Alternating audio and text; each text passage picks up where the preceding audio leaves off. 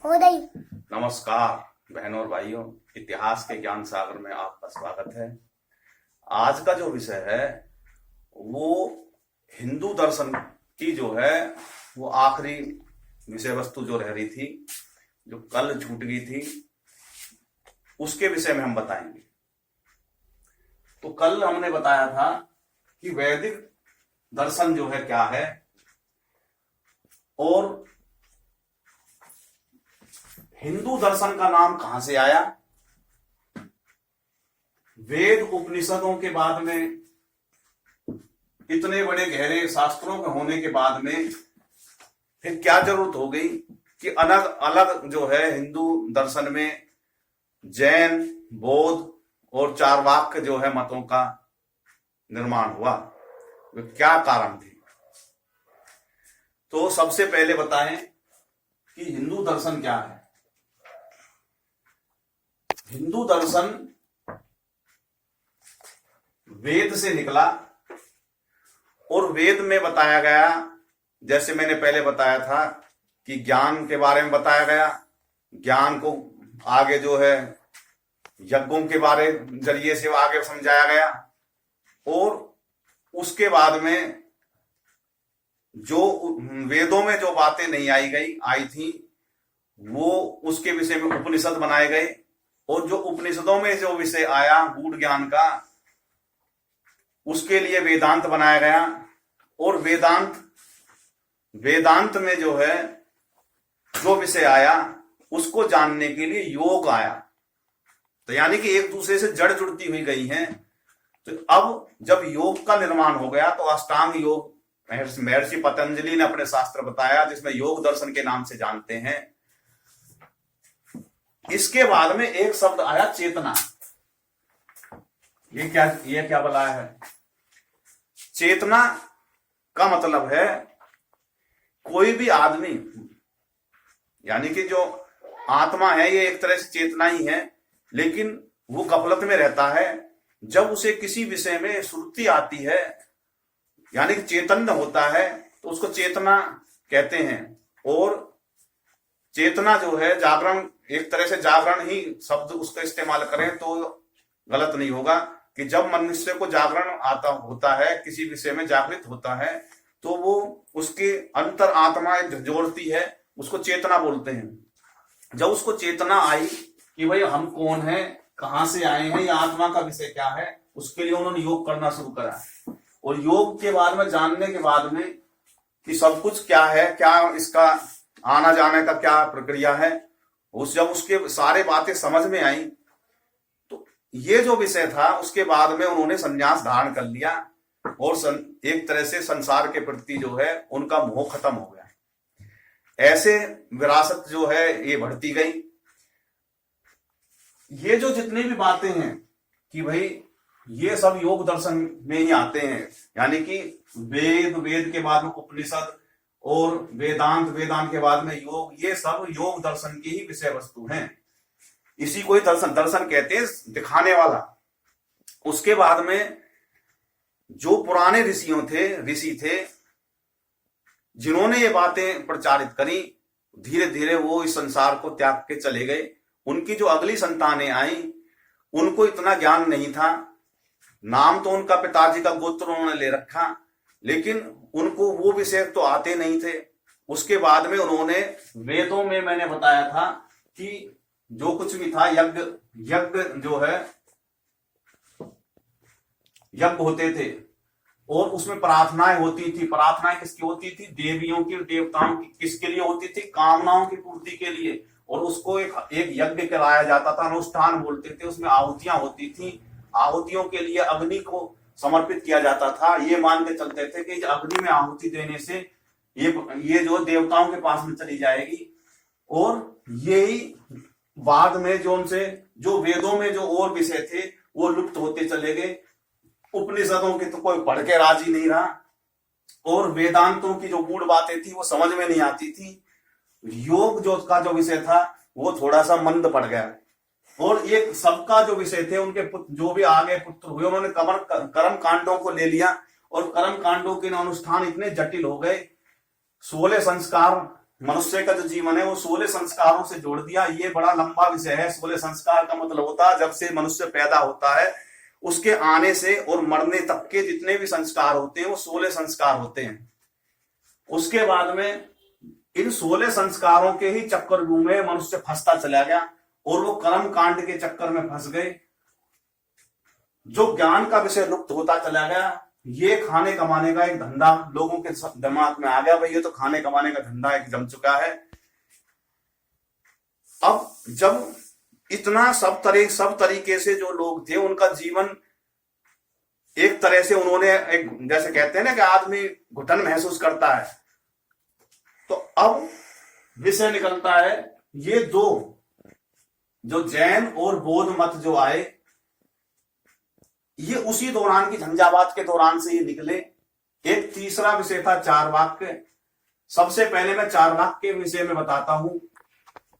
बृहस्पति जो ऋषि थे उनके जो बृहस्पति जो थे वो देवताओं के गुरु माने जाते हैं और शुक्राचार्य असुरों के गुरु माने जाते हैं। बृहस्पति के शिष्यों में से ही जो कुछ जो शिष्य थे उनका जैसे हर जगह राजनीति चलती है तो पथ भ्रष्ट करने के लिए देवों को पथ भ्रष्ट करने के लिए संसार में जो देवताओं की आहुतियां जो दी जाती हैं वो ये मान के जाता था कि इससे देवताएं जो है पोषित होते हैं। उनको पथ भ्रष्ट करने के लिए जो बृहस्पति के जो शिष्य थे उनको फुसलाया गया और ये काम दिया गया कि आपने पथ भ्रष्ट करने हैं सबको। उनको चारवाक का नाम दिया गया। उन्होंने कहा गया कि जो कुछ सामने दिखता है वही सब कुछ है और जो ये उन्होंने जो पंच तत्वों का जो शरीर है उसको न मान के ये कहा गया कि ये 4 ही तत्व हैं। उन्होंने आकाश तत्व को नहीं माना। उन्होंने जो है कहा कि आकाश वाकाश कुछ नहीं होता, जो दिखाई चीज नहीं देती वो हमको नहीं मानते। जो इंद्रियों के प्रत्यक्ष दर्शन से जो चीजें होती हैं दिखती हैं वही प्रत्यक्ष है। तो इसलिए उन्होंने कहा कि भाई ये शरीर ये परमात्मा कोई विषय नहीं है, आत्मा कुछ नहीं है। शरीर जब तक रहता है जब तक मौज मस्ती से रहो, कर्जा लेके घी पियो और लेके किसी का जो मत ना। इस प्रकार से उन्होंने कहा कि कुछ नहीं है, ये बाद में चक्कर में पड़े रहते हो कि नरक में जाएंगे स्वर्ग में जाएंगे। उन्होंने कहा कि भाई इस तरीके से उन्होंने पथ भ्रष्ट करने का काम शुरू कर दिया। बहुत से कुछ उसके चक्करों में आ गए। यानी कि एक तो चारवाक पैदा हो गए जो इसको वेदों को और इनको झुटलाने का काम, वेद कुछ नहीं, खाने कमाने धंधे, ऐसे उन्होंने कहना शुरू कर दिया। अब ये जो दो थे बौद्ध और जैन, ये दोनों क्षत्रिय वंश में थे। ये जो राम का जो कुल था इक्ष्वाकु उसी के ही वंश में ये पैदा हुए थे। 560 ईसा पूर्व जो थे ये तो बौद्ध पैदा हुए और इनसे भी पुराने 585 के आसपास में जो है ये जैन जो 80 के आसपास में ये जैन जो है पैदा हुए। ये भी 23 में तीर्थकार थे उनके।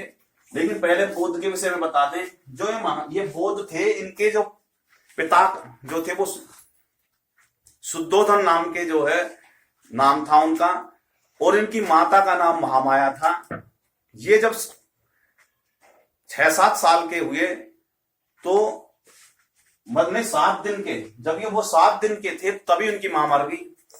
उनको जो है एक गौतमी जो नाम से थी उनकी मौसी, उन्होंने उनको पालन पोषण किया। उसके बाद में ये इनका आगे जो ये उनके सिद्धार्थ इनका बचपन का नाम था और शाक्य इनका वंश था। मेरा कहने का ये मतलब है शुद्धोधन इनके पिता थे और कपिलवस्तु इनकी राजधानी थी। लुम्बिनी में इनका जन्म हुआ जो आज के समय नेपाल में है। इनका जीवन चल रहा था। इनके पिताजी की ये संतान थी अकेली। उन्होंने कहा कि भाई ये तो इनकी मां तो मर गई। अब ये बचपन से ही ऐसे थे कि भाई स्वभाव से जैसे दयालु किस्म के। तो इनके जो पिताजी थे उन्होंने कहा कि भाई ऐसा ना हो, क्योंकि उस समय पे संन्यास पे जोर ज्यादा था कि ये भी घर छोड़ के चले जाएं। उनको भोग विलासों की सारी सामग्री उपलब्ध कराई जाती थी और इनको शास्त्रों से दूर रखा गया। यानी कि इनको जो हमारा जो मूल शास्त्र है उनका इतना ज्यादा इनको ज्ञान प्राप्त नहीं हुआ, वरना इनके मन में ये प्रश्न ही नहीं उठते जिनकी वजह से इन्होंने संसार ये जो है अपने घर त्याग करा। तो एक बार ये जा रहे थे अपने यात्रा पे रथ में, तो एक जो है बुजुर्ग आदमी बैठा हुआ था, खांस रहा था और बड़ा परेशान था। और एक पशु था ऐसे ही, वो भी बहुत ऐसे ही परेशान था जैसे वृद्धावस्था में होते हैं। और एक भिखारी था, जब उनकी यात्रा निकल रही तो भिखारियों में ठोकर लग गई, वो गिर पड़ा, उसका पात्र वात्र भी फूट गया। कुछ दिन बाद में वो फिर यात्रा में निकले तो वो वृद्ध था, वो मर गया, उसकी सब यात्रा जारी थी, सब लोग बाग रो पीट रहे थे। तो उनने कहा कि अपने गुरु से, कुल गुरु से, ने भाई ये सब क्या बवाल है। उनने कहा जी साहब ये मर गया। उन्होंने कहा मर गया, ये क्या होता है, भला है मरते हैं भाई जी। उनको ये भी नहीं है कि भाई मरते मरने क्या क्या मतलब है, कैसे है। तो उन्होंने कहा कि साहब ये तो संसार है, ऐसे होता नहीं, क्या एक दिन मैं मर जाऊंगा। नहीं, हाँ भाई आपको मरना होगा। तो उनके दिमाग में घर का गया भाई दुख का कारण क्या है। वो सबसे कहते हैं भाई इसके ये जो मेरी बातें हैं इनको कोई इनका कारण क्या है। तो उनके पिताजी को पता पड़ी भाई इनके दिमाग में तो गफलत पैदा होगी, तो उनके और ज्यादा भोग विलास की सामग्री उनको प्रस्तुत करेगी, नहीं ऐसा ना हो भाग जाए। लेकिन एक दिन क्या हुआ, जब उनके पुत्र भी पैदा हो गए, उन्होंने कहा वंश बर्बाद हो जाएगा। जब उनके पुत्र पैदा हो गए तो वो एक दिन रात में घर छोड़ के चले गए। जब वो घर छोड़ के चले गए तो उनको जो है जहां भी जाएं अपनी यही बातों को रखें। तो कहने लगे तो कोई उनके ठोसजनक, क्योंकि ना तो उन्होंने पहले ही कुछ ऐसा ज्ञान प्राप्त करा था और ना वो जो उनकी बातें थी वो कोई उन्हें समझाने की कोशिश भी करता। उनने कहा तो भगवान की माने, भगवान के हम पुत्र है, भगवान के पुत्र तो भगवान हमें दुख क्यों देता है। तो ऐसी ऐसी बातें उनके दिमाग में आती। उन्होंने 26-27 जो है उनके जगह जाके उन्होंने जो पूछताछ करी, लेकिन कोई जवाब नहीं मिला। एक दिन वो बैठे हुए थे और अचानक उनके दिमाग में विचार आया कि भाई जो कुछ भी है ये परमात्मा की इच्छा तो अलग है, लेकिन जो कुछ भी होता है हमारे कर्मों का ही फल है। जब उन्होंने कहा, सोचा कि भाई उनके दिमाग में आइडिया आया कि भाई जो कुछ भी है ये सब का एक न एक कारण होता है। अगर उस कारण को हम निवारण कर दें तो दुखों का ही अंत हो जाएगा। इस प्रकार से उन्होंने कहा, ये घोषणा करा दी कि मुझे ज्ञान की प्राप्ति हो गई और उन्होंने प्रवचन देने शुरू कर दिए। सबसे पहले वो काशी गए और काशी में जाके उन्होंने जो वहां के उस समय के पंडित जो पुजारी थे उनको पकड़ा। सबसे पहले उन्होंने कहा भाई मेरी कुछ बातें हैं और आप मेरे से शास्त्रार्थ कर दिए, जो आपकी जो बातें हैं मैं उनका उत्तर दूंगा, मेरी बातों का आप उत्तर दें। अब उसके बाद में उनका शास्त्रार्थ होने लगा। अब उनकी जो बातें थी वो उन्होंने अपनी अपनी बातें कहनी शुरू करी और उनकी बातों का वो जवाब देने लगे। दोनों में विचार इस प्रकार से हो गए कि भाई उनकी बातों का वो जवाब नहीं दे रहे थे। जो वो कह रहे थे भाई सबका कारण हमारे कर्म ही है और ये तो हमारे वेदों का मूल ही है, वेदांत का, और उनका मूल ही ये है। श्री कृष्ण ने भी कहा है कि भाई हमें निष्काम कर्मयोगी होना चाहिए। तो ये जो बातें थी तो हमारे शास्त्रों में सारे से पहले से ही थी। तो नई बात क्या थी? नई बात ये थी कि क्योंकि वो छुपी लुप्त हो गई थी, कर्म कांडों का बोलबाला ज्यादा था। उनने कहा मैं हवन यज्ञ करवा लूंगा तो क्या मेरे जो है कर्म सुधर जाएंगे, क्या मेरे परमात्मा उन्नति करने लगेगा। तो या मैं जो है बीमार हूं अपना इलाज कराऊं या उसका कारण ढूंढूं तो मैं अपने आप ही सबसे ठीक हो जाऊंगा। उस समय पे क्या था, वो दुआ करेंगे देवताओं के, देव तुझे ठीक कर देंगे, इस प्रकार से चलन चला हुआ था।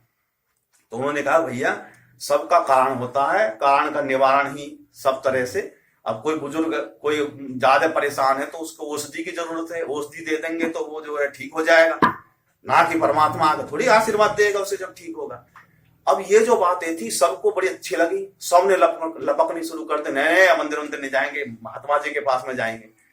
और महात्मा जी प्रसिद्ध हो गए, उनके चेले चपाटों की फौज भरनी शुरू होगी ना। ये बातें हम अगली वीडियो में बताएंगे। इस वीडियो में इतना ही। सभी को मेरा निवेदन है कि भाई इस वीडियो को लाइक करें, अच्छी बातें हो तो, और सब्सक्राइब करें चैनल को। और सभी का बहुत बहुत धन्यवाद। भारत माता की जय। जय हिंद, जय भारत।